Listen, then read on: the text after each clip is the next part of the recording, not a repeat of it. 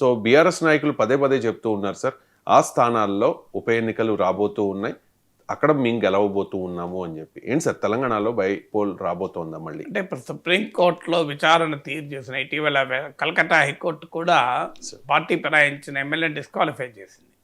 So అందువల్ల trend చూస్తుంటే ఉప ఎన్నికలు వచ్చే అవకాశాలే కనబడుతున్నాయి.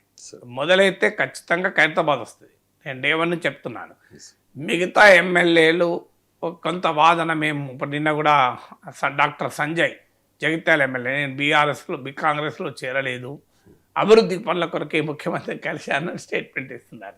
సో మిగతా ఎమ్మెల్యేలు మేము చేరలేదు మేము అని అసమర్థించుకునే ప్రయత్నం చేస్తున్నారు. అది ఇంత మేర కోర్టులో నిలబడుతో మనం చెప్పలేము.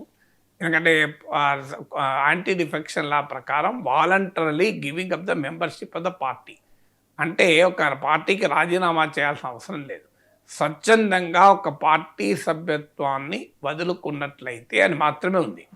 అందువల్ల మీకు వీళ్ళ చర్యలు voluntary giving up the membership of the పార్టీగా వస్తుందా, పార్టీ ఫిరాయించిన బీఆర్ఎస్ ఎమ్మెల్యేలు అనేది కోర్టులో డిసైడ్ అవుతుంది. కానీ దాన నాగేందర్కి వచ్చేవరకు ఏంటి సమస్య అంటే, ఆయన కాంగ్రెస్ అభ్యర్థిగా పోటీ చేశాడు, అది క్లియర్ కేసుగా.